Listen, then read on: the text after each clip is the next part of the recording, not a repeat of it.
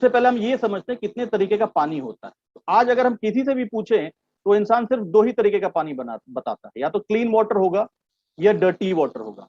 अभी तक की हमारी सारी डेफिनेशन यही रही है कि जो हमारे घर में पानी सप्लाई के थ्रू आ रहा है, या बोरवेल के थ्रू आ रहा है, या म्यूनिसिपैलिटी के थ्रू आ रहा है, ये पानी गंदा होता है और इसको हम फिल्टर से साफ करते हैं। या तो वो नॉर्मल फिल्ट्रेशन सिस्टम होगा या आरओ सिस्टम से हम इसको फिल्टर करने की कोशिश करते हैं। बट ये डेफिनेशन पुरानी। अब जो पानी की डेफिनेशन है वो या तो डेड वाटर में होती है या तो लाइव वाटर में होती है। तो डेड वाटर यानी आप सब लोग जानते हैं, जब हम आरओ से पानी फिल्टर करते हैं तो उसमें कुछ भी नहीं बचता, वो डेड वाटर ही हो जाता है। और लाइव वाटर क्या होता है? तो लाइव वाटर की कुछ खासियत होती है, और ये पानी इसलिए भी हमारे लिए बहुत जरूरी हो जाता है क्योंकि हमारा जो शरीर है वो 60 से 80% पानी कंटेन करता है। अगर इस स्लाइड को आप ध्यान से देखें तो ब्रेन से लेकर के ब्लड तक में आपके वाटर कंटेंट है, यानी पानी की मात्रा है। तो जो आप पानी पी रहे हैं उस पर ध्यान दें कि ये कितना साफ है या कितना लाइव वाटर आप कंज्यूम कर रहे हैं, ताकि जिस रूप में आपके शरीर को पानी चाहिए उस रूप में आपको मिल पा रहा। अब अगर इसका मैं एक एग्जांपल लें, हर इंसान जो है आज की डेट में गाड़ी चला रहा है और हम हर गाड़ी में जो है फ्यूल रिफिल करते रहते हैं। जैसे जैसे फ्यूल खत्म होता है हम उसको रिफिल करते हैं। जब हम फ्यूल रिफिल करते हैं तो अगर सपोज आपके पास एक गाड़ी जो पेट्रोल पे चलती है जिसका फ्यूल कैपेसिटी 50 लीटर का है, आप उसे 50 लीटर पेट्रोल जब भी रिफिल करने जाते हैं उसमें आप सिर्फ 50 ml यानी तकरीबन 0.1% आप सिर्फ मिट्टी का तेल मिक्स करते हैं। पहले दिन में आपको इसमें कोई भी डिफरेंसेस दिखाई नहीं देगी, बट धीरे धीरे आपकी गाड़ी में कुछ ना कुछ टेक्निकल प्रॉब्लम्स आनी शुरू होगी, जैसे कार्बोरेटर में कचरा आना, या गाड़ी स्टार्ट करने में दिक्कत देगी, या ऑयल फिल्टर चोक होना। तो ये जो धीरे धीरे जो सिम्टम्स आ रहे हैं ये इसलिए नहीं आ रहे कि आपकी गाड़ी पुरानी हो रही है, इसलिए आ रहे हैं कि आपको जो उसमें फ्यूल की सप्लाई देनी चाहिए थी वो बराबर नहीं है, यानी वो कहीं ना कहीं पे अल्टर्ड है। तो इमेजिन करिए कि अगर 0.1% अगर अल्टर्ड फ्यूल आपकी गाड़ी में जाकर के इतना बड़ा डैमेज कर सकता है, तो जो हम पानी कंज्यूम कर रहे हैं अगर उसकी प्रॉपर्टी लाइव वाटर की नहीं है तो किस तरीके से हमारी हर एक वाइटल ऑर्गन को इम्पैक्ट करता होगा।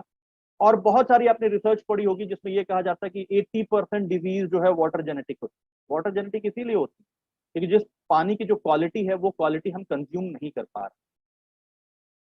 तो जो भी लाइव वाटर है उसकी कुछ खास प्रॉपर्टीज होती है। सबसे पहली प्रॉपर्टी होती है ये पानी जो है एंटीऑक्सीडेंट होता है। दूसरी इसकी प्रॉपर्टी होती है ये पानी अल्कलाइज्ड होता है।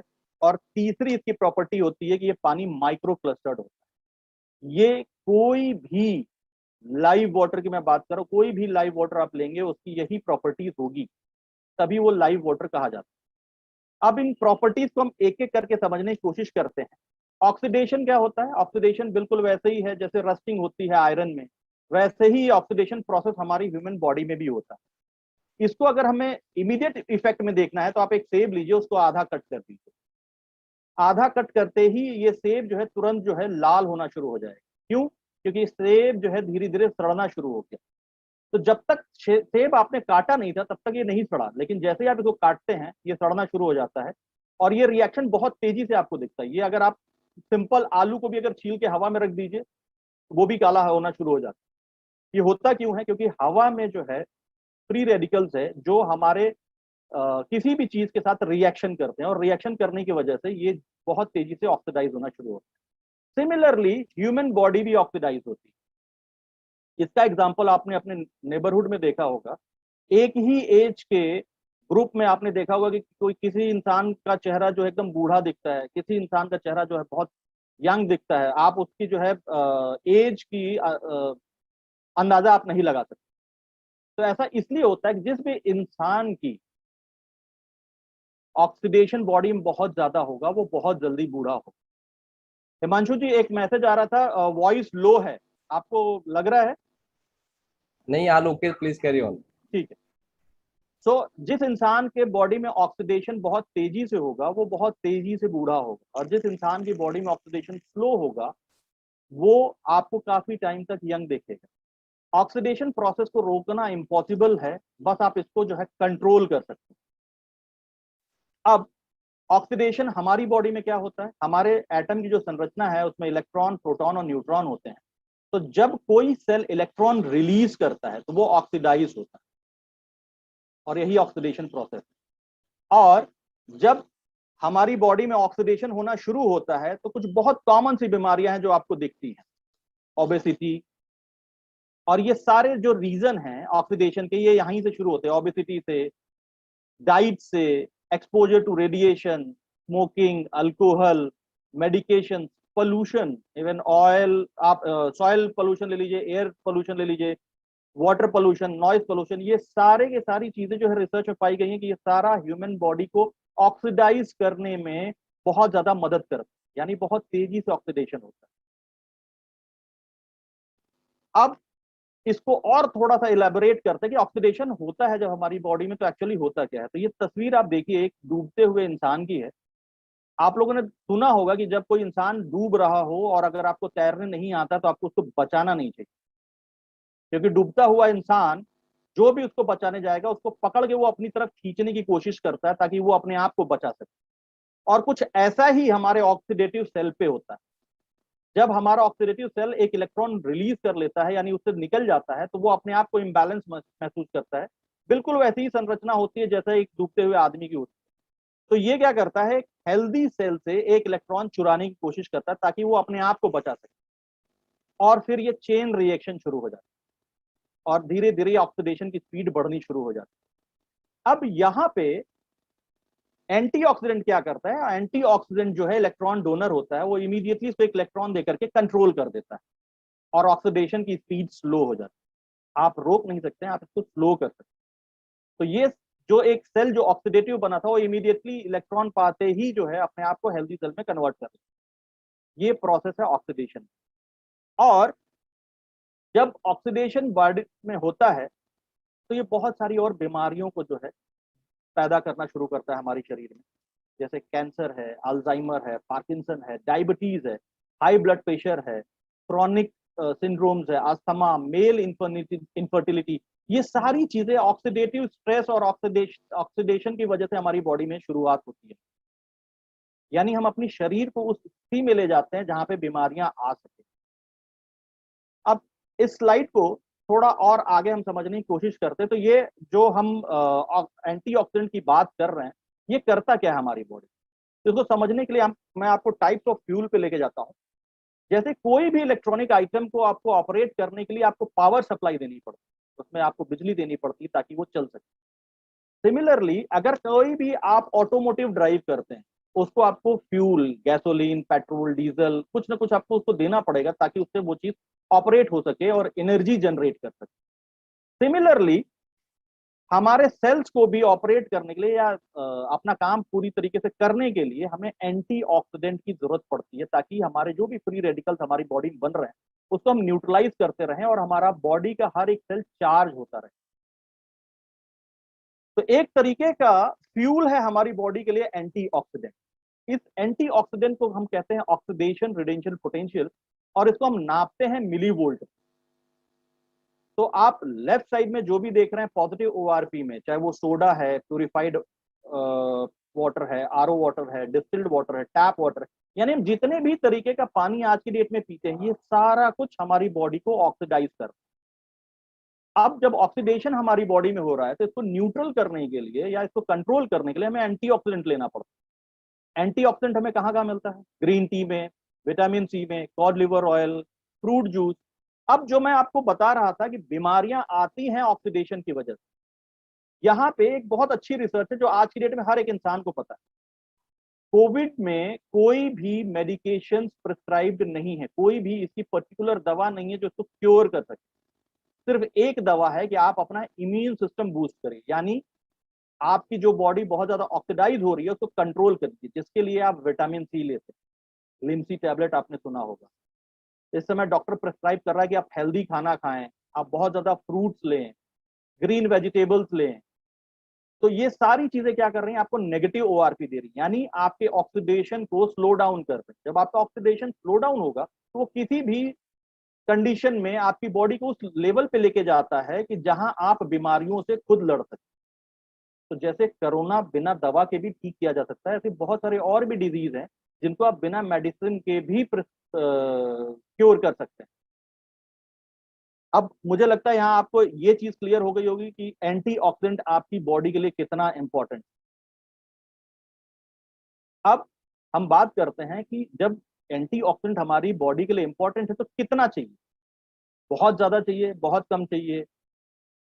तो इसको समझने के लिए हम थोड़ा सा और एक स्टडी पे जाते हैं जो ये कहती है कि एक इंसान के शरीर में, एक हेल्दी इंसान के शरीर में तकरीबन 37 ट्रिलियन सेल्स होते हैं। 37 ट्रिलियन सेल्स।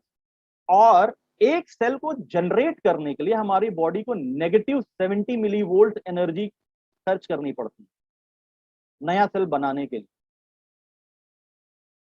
अब अगर ये 37 ट्रिलियन में जीरो देखें तो तकरीबन जो है 12 जीरो लगते हैं। ये बहुत बड़ा आंकड़ा है। तो इमेजिन करिए कि आपकी बॉडी में छोटे छोटे, जैसे आपके एक मोबाइल में बैटरी लगती है या आपके टॉर्च में पेंसिल सेल या रिमोट में पेंसिल सेल लगाते हैं, इमेजिन करिए आपको कितने ज्यादा सेल्स है आपकी बॉडी में, और इनको रिचार्ज करने के लिए आपको कितना स्ट्रॉन्ग एंटीऑक्सीडेंट चाहिए, और आज की डेट में हम क्या कंज्यूम कर रहे हैं। तो आगे जो हम और डिटेल में जब डिस्कशन करेंगे तो हम आपको वो भी इलेबोरेट करके बताएंगे कि क्या आपके लिए रिक्वायरमेंट है आपकी बॉडी के लिए।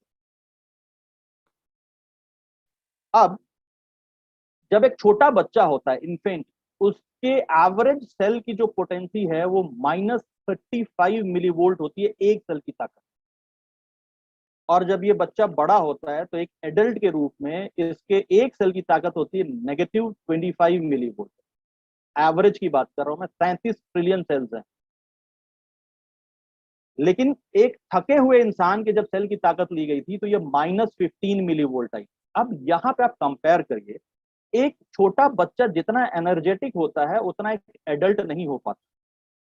एक एथलीट को भी अपने आप को बहुत ज्यादा एक्टिव रखने के लिए बहुत सारी चीजें लेनी पड़ती, बहुत ज्यादा वो फ्रूट लेगा, जूस लेगा, बहुत ज्यादा जो है एनर्जी ड्रिंक्स ये लोग कंज्यूम करते हैं ताकि उनको वो एनर्जी मिलती रहे, जो वो खर्च कर रहे हैं वो उनको मिलता रहे। अदरवाइज आपकी अगर बॉडी की एनर्जी पर एवरेज सेल -15 मिलीवोल्ट आती है तो आप थका हुआ महसूस करते हैं। अब अगर आपको इसको एक्सपेरिमेंट करना है तो कल आप जो है, अगर आप रनिंग करते हैं तो बहुत अच्छी बात है, अगर आप रनिंग नहीं करते हैं आप कोई भी एक्सरसाइज करिए, और जब आपको लगेगा आप बहुत थका हुआ महसूस कर रहे हैं उस टाइम आप घर पे आए और ऑरेंज जूस या कोई भी जूस, कोई भी एंटीऑक्सीडेंट वाली चीज, आप नींबू पानी पी लीजिए या आप संतरे का जूस पी लीजिए, मौसमी का जूस पी लीजिए। इमीडिएटली आपको रियलाइज होगा कि आपकी एनर्जी वापस से जो है रीगेन हो गई। ये ऐसा इसीलिए है कि एंटीऑक्सीडेंट आपकी सेल्स को रिचार्ज कर रहा है।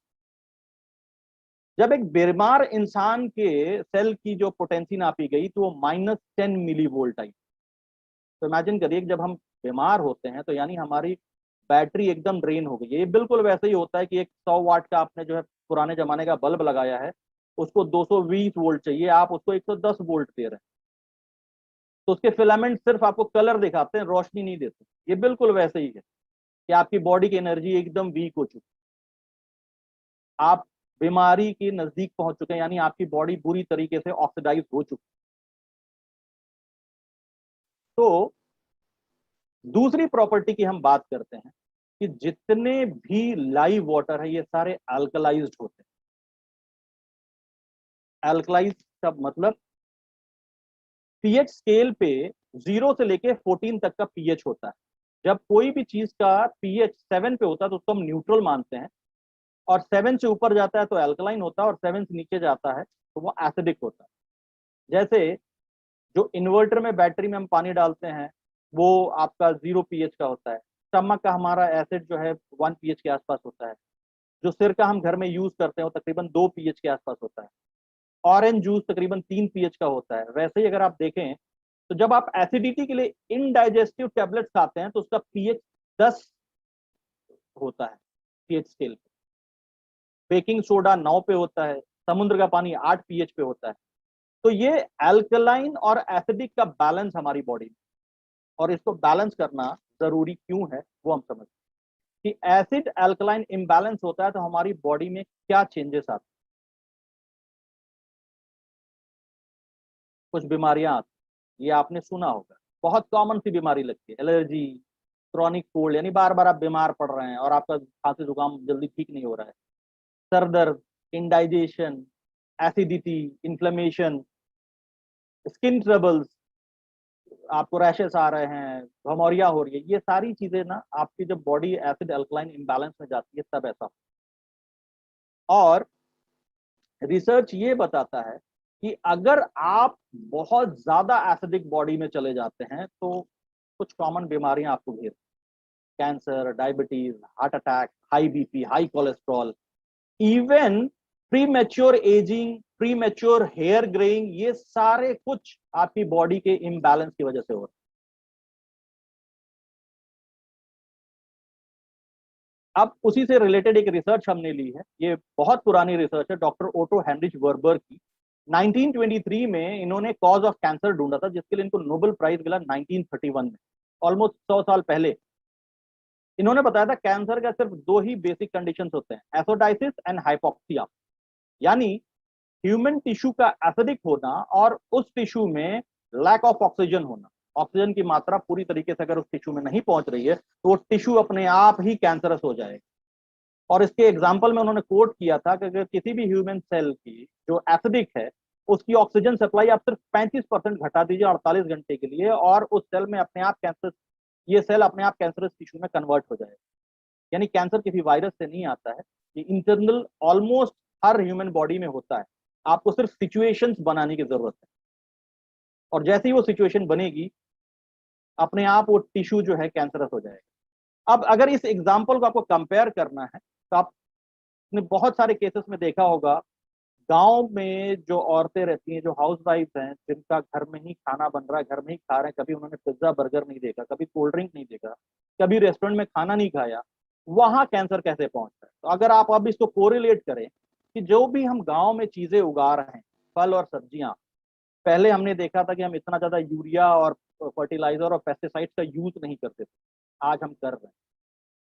तो ये सारी चीजें या तो हमारे साथ अनाज के साथ वो हमारे घर में आती हैं, या फिर वो ग्राउंड वाटर में मिक्स होकर के फिर वो हमारे पीने वाले पानी में आती है। दूसरा रीजन होता है लैक ऑफ ऑक्सीजन, ये किसी भी रीजन से हो सकता है। बहुत ज्यादा स्मॉग है, आपने पराली जला दिया और एक हफ्ते तक आपके यहाँ धुंध छाई हुई है, ऑक्सीजन की मात्रा वैसे ही कम हो गई। या आप आग लकड़ी जला करके आप चूल्हे पे खाना बना रहे हैं, वहां पे भी आपने ऑक्सीजन बर्न कर दिया है, आप धुएं में बैठे हुए हैं, वहां पे भी आपकी बॉडी से ऑक्सीजन कम हुआ।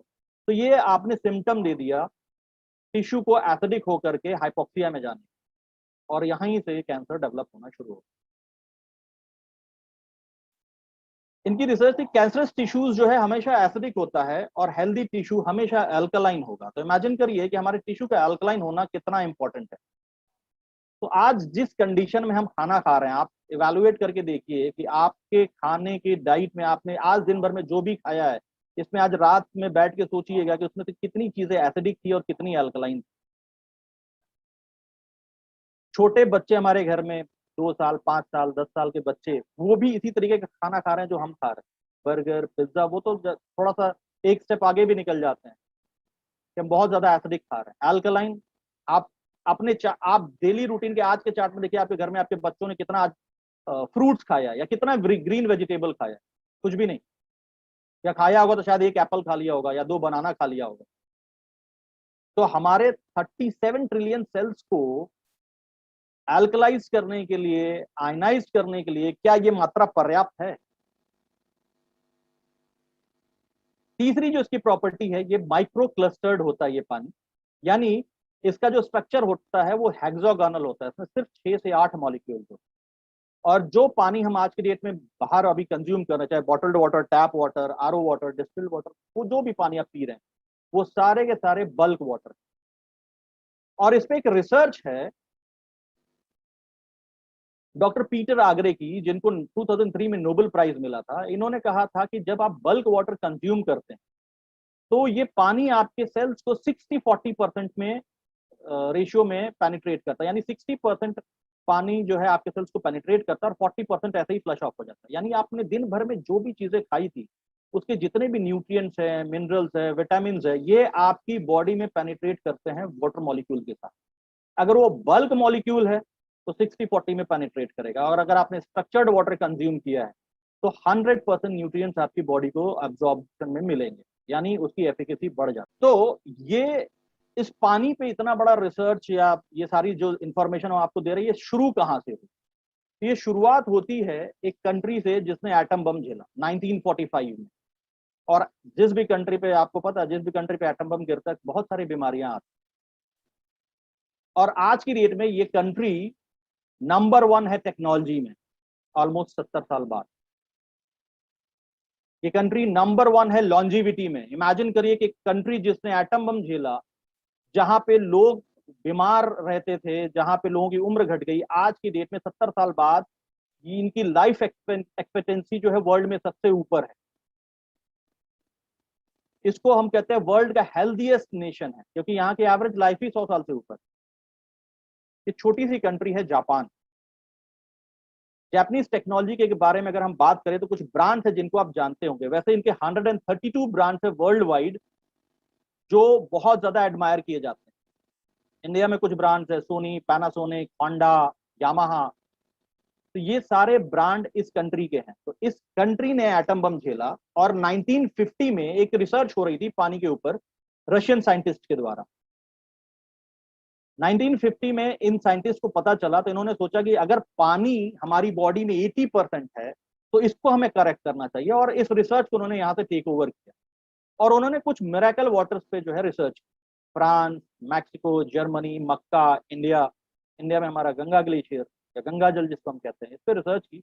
और उन्होंने पाया कि इनमें कुछ खासियत है। इस सारे पानी में एक्टिव हाइड्रोजन होता है और इस मशीन से जो पानी निकलता है उसमें भी एक्टिव हाइड्रोजन है, जिसको हम आपको लाइव तो नहीं दिखा सकते, एक वीडियो के माध्यम से दिखाते हैं।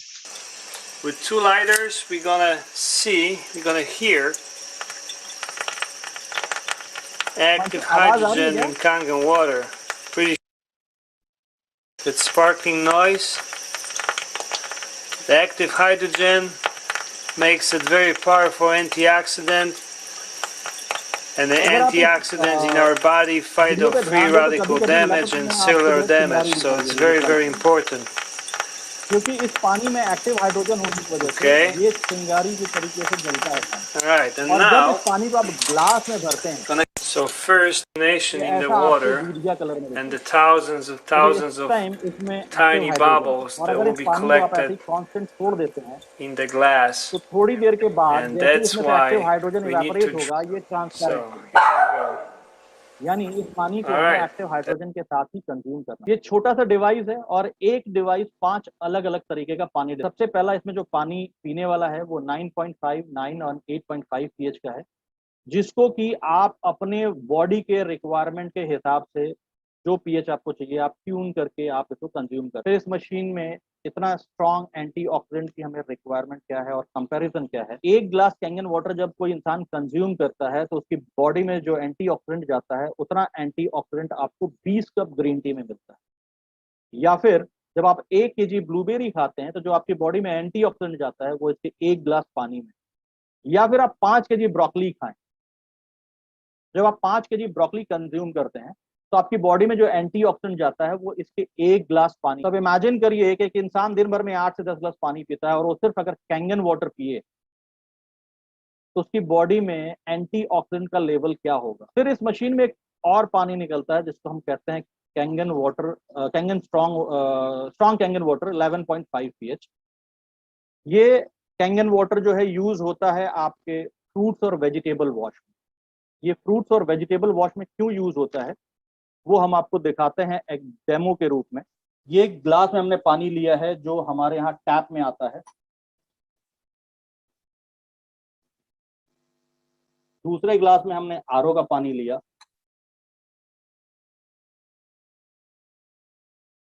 तीसरे ग्लास में हम ये कैंगन वाटर ले रहे हैं जो कि 9.5 pH का है।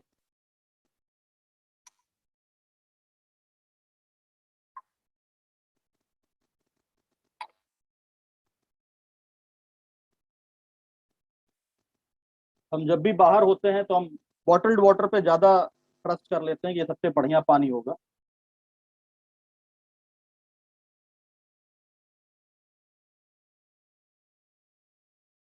उसके बाद ये स्प्राइट है जो ऑलमोस्ट हर बच्चे को शांत करने के लिए घरों में दिया जाता है, ज्यादा हंगामा ना करे। अगर आप ट्रैवल कर रहे हैं तब भी देते हैं, या फिर हम जब भी बाहर खाना खाते हैं तो हमको ये लगता है कि पानी पीने से हमें डाइजेशन में हेल्प मिलता है।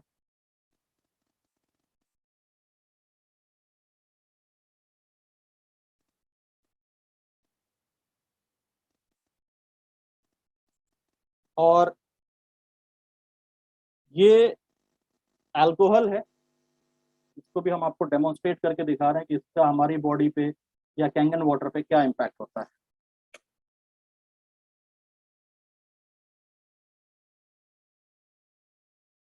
तो सबसे पहले हम बात करते हैं टीडीएस की, बिकॉज हर इंसान जो है अपने घर में पानी को टेस्ट करने के लिए टीडीएस जरूर मेजर करता है। तो आप अगर इसका टीडीएस देखें, इसमें आ रहा है 312। देन ये आरओ का पानी है, इसी टैप वाटर को जब हम आरओ से प्रोसेस करते हैं 117। Yeah. So, Okay. Now जब here is 121. हाँ, very good.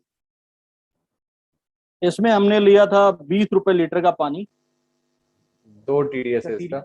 Aquafina, bottled water Aquafina 2 TDS है। Yes. तो 2 टीडीएस का पानी है, जो अब आप डिसाइड कर सकते हैं आपके पीने के लिए अच्छा है कि नहीं है। बिकॉज जब भी किसी भी पानी का टीडीएस 100 से नीचे जाता है तो पानी अग्रेसिव हो जाता है। यानी जो आपने स्टडीज सुनी होगी कि उसमें डायक्सिन्स पाए जाते हैं पानी में, वो इसीलिए पाए जाते हैं कि पानी अग्रेसिव होता है और वो प्लास्टिक को घोलना शुरू कर देता है अपने साथ। तो मैंने आपको जो बताया था सबसे पहली प्रॉपर्टी कि ये पानी एंटीऑक्सीडेंट है, तो इसको हम नापेंगे ओआरपी मीटर से। तो सबसे पहला जो है ये रीडिंग जो आपको दिख रही है, ये अल्कोहल में है, ये कोल्ड ड्रिंक में है। दिख नहीं रहा है सर? ये दिख रहा है ना, अभी कुछ दिखा, अभी ठीक है, अभी ठीक है। 273, 275 ना, ओके 280। ये कोल्ड ड्रिंक में है, ठीक है। ये अल्कोहल में है। फ्रेंड्स यहाँ पे आप देख सकते हैं पॉजिटिव ओआरपी आपको दिख रही है। अल्कोहल यहाँ पे मोर देन 100 की तरफ है ये। तो +1 की है तो ऑक्सीडेशन है, -1 है तो वहाँ पे एंटीऑक्सीडेंट है, जैसा कि आपने अभी चार्ट में आगे से देखा हुआ था। तो यहाँ पे हम लोग ओआरपी मेजर कर रहे हैं, जो कि एंटीऑक्सीडेंट प्रॉपर्टी का पार्ट है। ये जो आप डिवाइस देख रहे हैं मेजर करने की, ये ओआरपी मीटर है।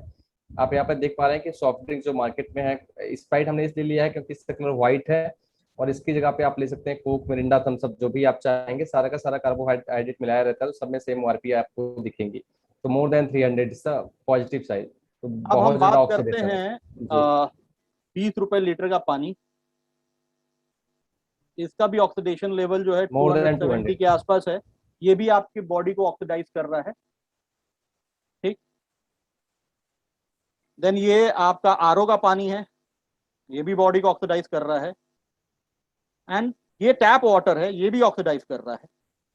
बट जैसे ही इसको हम कैंगन में डालते हैं, -715 फ्रेंड्स, यहाँ पे देख सकते हैं माइनस लगा हुआ है यहाँ पे। इट्स तो अ ये बिग। स्ट्रॉन्ग एंटीऑक्सीडेंट है, जो मैं आपको दिखाने की कोशिश कर रहा था। ये नेगेटिव रीडिंग ले रहा है ओआरपी मीटर -723।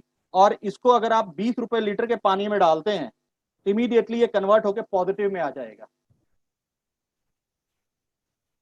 और अगर आप इसको वापस कैंगन में डालते हैं,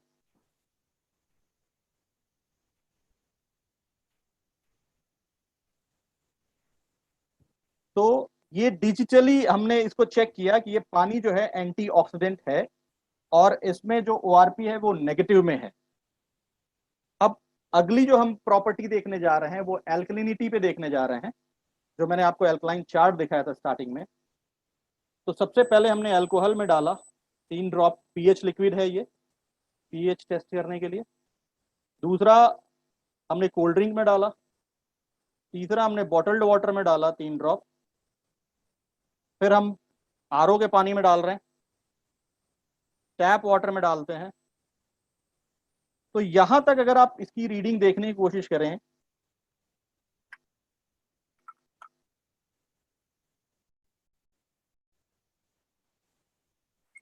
अल्कोहल से ज्यादा एसिडिक आपको कोल्ड ड्रिंक दिखाई देगा, और आपके 20 रुपए लीटर का भी पानी जो है एसिडिक ही आपको दिखाई दे रहा है। इनफैक्ट आरओ का पानी भी लगभग न्यूट्रल के बराबर है, लेकिन उससे अच्छा पानी हमारे पास टैप वाटर था।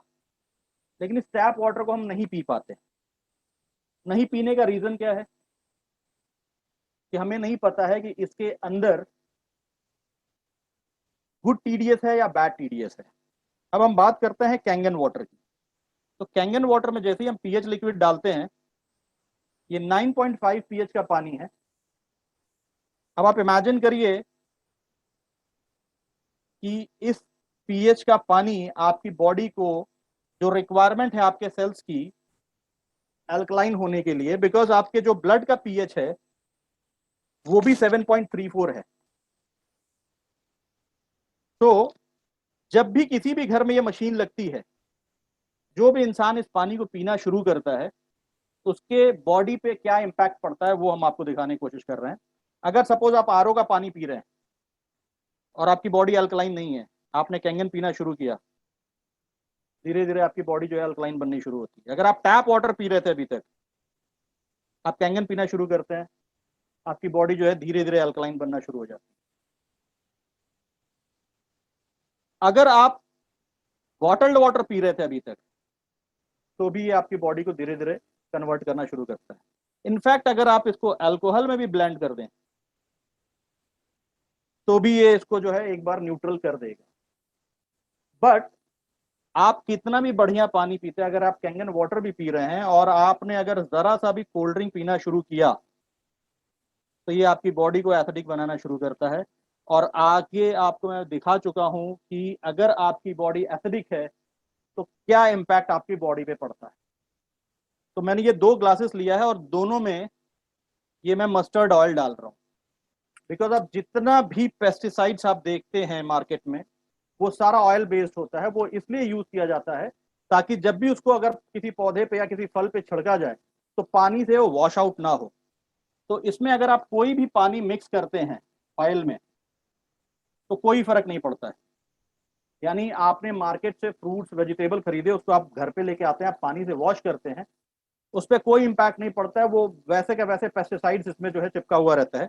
लेकिन इस मशीन का ये कैंगन वाटर है 11.5 pH का, इसको अगर मैं इस ऑयल के साथ मिक्स करने की कोशिश करता हूं तो ये ऑयल को घोल देता है।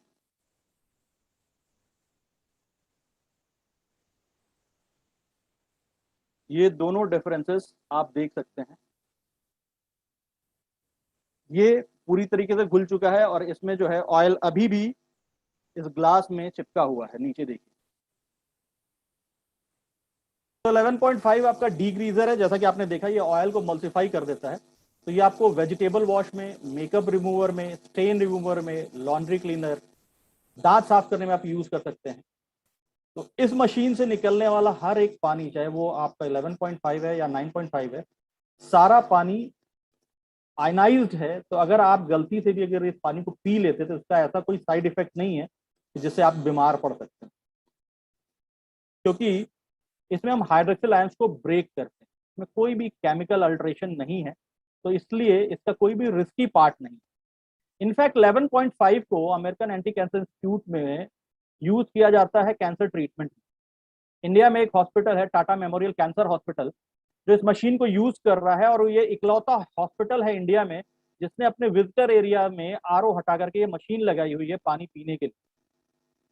तो अगर टाटा मेमोरियल कैंसर हॉस्पिटल जैसे इंस्टीट्यूट इस पे बिलीव करते हैं तो इसका मतलब ये product already tested and proven है कि ये सेफ फॉर ड्रिंकिंग है। इस मशीन में एक और पानी निकलता है जिसको हम कहते हैं स्ट्रॉन्ग एसिडिक वाटर 2.5 pH। आप पीएच से इस पे ना घबराएं, 2.5 pH होने का मतलब ये है कि ये पानी एसिडिक है, स्ट्रॉन्ग एसिडिक है, और इसका यूज हम बहुत सारी जगहों पे कर सकते हैं, जैसे स्किन डिजीज में, psoriasis, eczema, gangrene, sore throat, oral hygiene, यानी आप इसको माउथ वॉश के तरीके से यूज कर सकते हैं, घमौरी में यूज कर सकते हैं। तो जहां पे भी आपको डिसइंफेक्शन करना है, यानी अगर आप अपने किचन प्लेटफॉर्म को अगर आप क्लीन करना चाहते हैं, चॉपिंग बोर्ड को आप क्लीन करना चाहते हैं, तो आप इसको डिसइंफेक्शन के तरीके से यूज कर सकते हैं। और इसकी लैब रिपोर्ट है, एक एटीएस लैब है यूएस का, उसकी एक लैब रिपोर्ट है जो ये कहती है कि इसमें कोई भी बैक्टीरिया 30 सेकंड से ज्यादा सर्वाइव नहीं करता। अगला जो इस मशीन में पानी निकलता है ये ब्यूटी वाटर है, ये 5.5 pH का पानी होता है, और ये पानी जो है किसी भी ब्यूटिफिकेशन के काम में आता है, यानी hair wash, face wash, skin toner, even food preparation में जो भी हार्ड शेल बीन्स आप कुक करते हैं उसमें आप सोडा डालते हैं ताकि वो जल्दी उबल जाए, उसकी जगह पे आप सिर्फ ये ब्यूटी वाटर भी अगर यूज करें तो आपको किसी भी अल्ट्रेशन की जरूरत नहीं है, आप बड़ी इजीली उस हार्ड शेल बीन्स को जो है आप कुक कर सकते हैं। जो पांचवा पानी इस मशीन में निकलता है वो है क्लीन वाटर 7 pH का। ये मेडिकेटेड फार्मूला वाटर है जो safe for drinking for kids जिनकी उम्र 5 साल से छोटी है, या इन्फेंट जिनके लिए हम सेरेलैक बनाते हैं, इस पानी का यूज कर सकते हैं। या किसी भी टाइप का आप अगर एलोपैथी मेडिसिन कंज्यूम करते हैं तो आप इस पानी को यूज करें, स्लोली आपको रियलाइज होगा कि उसकी मेडिसिन की एफिकेसी बढ़ गई है। अगर आप कोई भी आयुर्वेदिक दवा या होम्योपैथिक दवा लेते हैं तो इन दोनों के जो है रिकमेंडेशंस है कि आप उसको किसी भी पीएच में, आप 9.5 में भी ले सकते हैं, 9 पीएच में भी ले सकते हैं और 7 पीएच में भी ले सकते हैं। बट एलोपैथी मेडिसिन के लिए ये स्पेशली डिजाइंड वाटर है, because most of the world में जो है लोग एलोपैथी पे बिलीव करते हैं, तो आप 7 पीएच यूज कर सकते हैं। तो ये 5 तरीके का पानी है जो ये मशीन डिस्पेंस करती है। हम जब बात कर रहे हैं लाइव वाटर की, तो हम इनैजिक पे क्यों विश्वास करें? हर एक प्रोडक्ट के लिए जब आप गूगल करते किसी भी चीज के लिए तो अल्टर्ड प्रोडक्ट मार्केट में बहुत है, तो इनैजिक पे क्यों भरोसा करें? क्योंकि ये 47 साल पुरानी जापानीज कंपनी है। टेक्नोलॉजी के बारे में आपको मैंने जापान के बारे में बता ही दिया है, उनके कितने ट्रस्टेड ब्रांड है जो आज हम इंडिया में भी ट्रस्ट करते हैं, बहुत छोटी सी कंट्री है। एंड जापानीज हेल्थ मिनिस्ट्री, जो कि जापान ऑलरेडी अगर बात किया जाए मेडिकेशंस में वर्ल्ड में नंबर 1 है, तो वो वहां की हेल्थ मिनिस्ट्री इसको मेडिकल डिवाइस के रूप में अप्रूव करती है। इनफैक्ट इसका आईएसओ सर्टिफिकेशन, बहुत सारे आईएसओ सर्टिफिकेशन है, 9001, 14001, आपको बहुत सारी कंपनियों में देखने को मिल जाएगा, लेकिन आईएसओ 13485 ये एक ऐसा स्टैंडर्ड है आईएसओ का जो कि सिर्फ ओरिजिनल इक्विपमेंट मैन्युफैक्चरर यानी ओईएम को मेडिकल ग्रेड डिवाइस मैन्युफैक्चरिंग करने पे ही मिलता है। तो आईएसओ 1348 सर्टिफाइड कंपनीज की बात करें तो या तो एक्सरे मशीन्स बनाती हैं या एमआरआई मशीन्स बनाती हैं।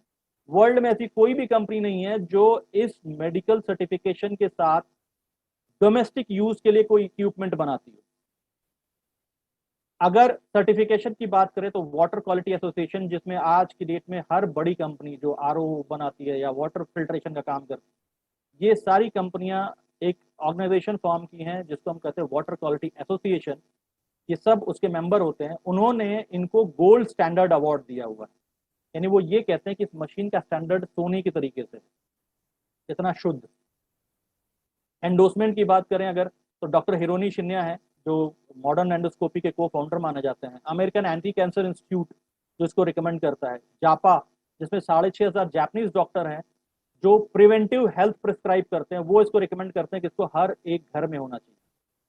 मशीन की अगर वारंटी की बात करें तो 3 से 5 साल की इंटरनेशनल वारंटी है, यानी अगर आपने कभी अगर मान लीजिए एचपी का लैपटॉप खरीदा, आपने दुबई में खरीदा, इंडिया में आप अगर उसकी वारंटी क्लेम करते तो आपको नहीं मिलती। बट इस मशीन के साथ ऐसा नहीं है। आपने इंडिया में खरीदा, आप जापान में वारंटी क्लेम करें आपको मिल जाएगी, आप लंदन में वारंटी क्लेम करें आपको मिल जाएगी। मशीन की अगर लाइफ एक्सपेक्टेंसी की बात की जाए तो 25 से 40 साल है। इसमें 2 वेरिएशन क्यों है? इसका रीजन ये है, ये मशीन स्टार्ट हुई थी 1974 में, 200 जापानीज हॉस्पिटल में इंस्टॉल की गई थी 1974, ऑलमोस्ट आज से 48 साल पहले, 47-48 साल पहले, इसलिए 40 प्लस है। और डोमेस्टिक की बात करें तो 1994 में डोमेस्टिक यूनिट इन्होंने लॉन्च की, जब इनको बहुत अच्छा रिस्पांस मिला हॉस्पिटल्स में कि इसकी पानी से ही जो है बहुत सारे ट्रीटमेंट किए जा सकते, करना पॉसिबल हो गया। तब इन लोगों ने डिसाइड किया कि इस मशीन को अगर हाउस होल्ड में इंस्टॉल किया जाए तो इंसान को हॉस्पिटल तक पहुंचना ही नहीं पड़ेगा, वो बीमारियों से दूर रहेगा। इसलिए इन्होंने डोमेस्टिक 1994 में लॉन्च कर दिया, और इसीलिए वेरिएशन है 25 to 40 प्लस ईयर। अगर इस कंपनी की बात करें तो आज की डेट में ये 176 कंट्रीज में अपना प्रोडक्ट बेच रहे हैं, और इनके 23 कंट्रीज में 40 ऑफिसेस हैं। कुछ कंट्रीज से अलग अलग छोटी छोटी कंट्रीज में भी डिस्पैच होता है। जैसे अगर आप मान लीजिए मॉरिशस में अगर मशीन ऑर्डर करते हैं तो ये फ्रांस से सप्लाई होती है। आप अगर इंडोनेशिया में प्रोडक्ट परचेज करना चाहते हैं तो ये थाईलैंड से सप्लाई होगी। इंडिया में इनका एक पर्टिकुलर ऑफिस है बैंगलोर में, जहां से ये डिस्पैच करते हैं। बट मैन्युफैक्चरिंग, क्योंकि मेडिकल ग्रेड डिवाइस है, तो सारी मैन्युफैक्चरिंग जापान में होती है, और जापान से ये इंडिया के वेयर हाउस में आती है और वहां से हाउस होल्ड को डिस्पैच की जाती है ऑन कस्टमर्स ऑर्डर। यानी जब आप ऑर्डर प्लेस करते हैं तो कंपनी डायरेक्टली आपको प्रोडक्ट देती है, और ऑर्डर प्लेस करने के लिए आप डायरेक्टली कंपनी को पे करते हैं। बीच में एज एन डिस्ट्रीब्यूटर हमारा काम सिर्फ इतना होता है कि आपको हेल्प करें प्रोडक्ट प्रोक्योरमेंट में, और अगर आपको उसके ऑपरेशन से कोई इशू आ रहा है तो वो आपको हम हेल्प करें।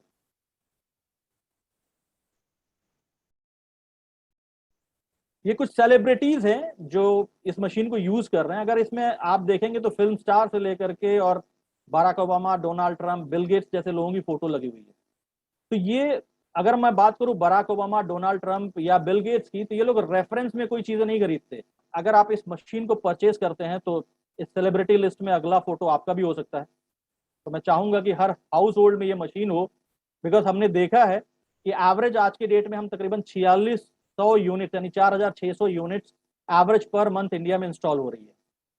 लखनऊ सिटी की बात करें तो एवरेज 70 से 80 मशीनें हर महीने इंस्टॉल होती है। और अगर संतोष जी की बात करें तो अब तक इन्होंने तकरीबन 5000 से ज्यादा मशीनें इंस्टॉल करा दी। अब इससे और अगर आप कोई रिसर्च मटेरियल या स्टडी मटेरियल अगर आप चाहते हैं तो जिसने भी आपको इनवाइट किया है उनसे आप ये बुकलेट डिमांड कर सकते हैं जो सॉफ्ट कॉपी में है। एटीएस लैब की रिपोर्ट से लेकर के water therapy, 100+ ways to use Kangen water. एक बुक है किलिंग कैंसर नॉट पीपल, ये बुक लिखी थी अमेरिकन एंटी कैंसर इंस्टीट्यूट के डायरेक्टर ने। उस बुक में एक चैप्टर 6 है जो मैं चाहूंगा कि हर इंसान को पढ़ना चाहिए, बिकॉज ये machine American anti cancer institute भी रिकमेंड करता है कि ये प्रिवेंटिव कैंसर डिवाइस है। अगर कोई इंसान कैंसर से बचना चाहता है तो उसको कैंगन यूज करना चाहिए। क्यों करना चाहिए वो पूरा स्टडी मटेरियल इसमें दिया हुआ है, आप उसको स्टडी कर सकते हैं। इनफैक्ट ये doctor scientist on Kangen water की भी एक बुकलेट है जिसमें तकरीबन 40 पन्नों में उन साइंटिस्ट को कवर करने की कोशिश की है जिन्होंने इस पर रिसर्च किया है। रिसर्च पार्ट इसमें नहीं है बट उससे रिलेटेड आपको लिंक्स उस पीडीएफ में मिल जाएगा जिससे आप इनके ऊपर और स्टडी कर सकते हैं। तो आई थिंक अभी तक आपने जितनी भी चीजें खरीदी होंगी अपने घर में, हाउस होल्ड में, आप अगर आप नजर दौड़ाएं तो कोई भी प्रोडक्ट ऐसा नहीं होगा जिसके ऊपर इतनी लेंदी रिसर्च है। अब इसके मॉडल की बात करें तो इसमें टोटल 4 मॉडल हैं। जैसे सबसे बेस मॉडल इसकी बात करें जो लास्ट ईयर जून में लॉन्च हुआ था, JR4, ये 4 प्लेट की मशीन है। इसकी 3 साल की वारंटी है और इसकी ORP जो है मैक्सिमम -400 मिली वोल्ट तक जाती है और ये डिस्पेंस करती है 1 मिनट में 3 लीटर पानी। अब 3 लीटर पानी की अगर हम बात करें तो ये मैक्सिमम है और इस मशीन में वेस्टेज 0 होता है। 0 का मतलब जब इस मशीन से आप पानी डिस्पेंस कराते हैं, अगर सपोज आपने पीने के लिए 9 pH का पानी लिया तो मैक्सिमम pH होता है पानी का 14 किसी भी चीज का। तो 9 pH जब आप ड्रेन कर रहे हैं तो जिसके वेस्ट पाइप से पानी निकल रहा है वो 5 pH का ब्यूटी वाटर बाय डिफॉल्ट होता है। उस पानी को भी आप यूज कर सकते हैं प्लांट्स में, फूड प्रिपरेशन में, नहाने में, शैम्पू करने में, फेस वॉश में, कहीं पे भी स्किन टोनर की तरीके से आप यूज कर सकते हैं। तो इसमें वेस्टेज 0 है। जो आप इस मशीन को पानी दे रहे हैं वो 100% आपको रिटर्न कर रहा है। दूसरे मॉडल की बात करें SD501, ये फ्लैगशिप मॉडल है। ये 1974 से आज तक बिक रहा है। जापानीज हॉस्पिटल में जो मशीनें लगाई गई थी वो सबसे पहला मॉडल यही था। ये 7 प्लेट की मशीन है, 5 साल की वारंटी है। इसकी ORP जाती है -800 मिली वोल्ट और इसमें एक लैंग्वेज में वॉइस कमांड है, यानी इंग्लिश में ये मशीन अपने बारे में सब कुछ बताती है। पानी का फ्लो अगर कम है, ज्यादा है, अगर आप कुछ किसी पर्टिकुलर pH का पानी निकाल रहे हैं, अगर आप पीने के लिए पानी निकाल रहे हैं तो बताता है 9.5 pH है या 9 pH है या 8.5 pH का पानी निकाल रहे हैं। तो कम्युनिकेट करती है मशीन आपके साथ। इसका जो ORP वो मैक्सिमम -800 मिली वोल्ट तक जाता है और ये 1 मिनट में मैक्सिमम 6 लीटर पानी डिस्पेंस करती है। थर्ड मॉडल की बात करें तो ये लेटेस्ट मॉडल है बिकॉज ये न्यू टेक्नोलॉजी के साथ है, K8। इसकी बहुत सारी टेक्नोलॉजी है, जैसे इसमें बिल्ट इन स्टेबलाइजर है और 8 प्लेट की मशीन होने की वजह से इसका ORP -850 मिली वोल्ट तक जाता है और उसकी 5 साल की इंटरनेशनल वारंटी है और इसमें 8 लैंग्वेज में वॉइस कमांड है। बाकी तीनों मॉडल में अगर हम बात करें तो इसमें पुश बटन दिया हुआ, यानी जैसा आपके AC रिमोट में बटन होता है उस टाइप का बटन है। इस मशीन में टच पैड लगा हुआ है।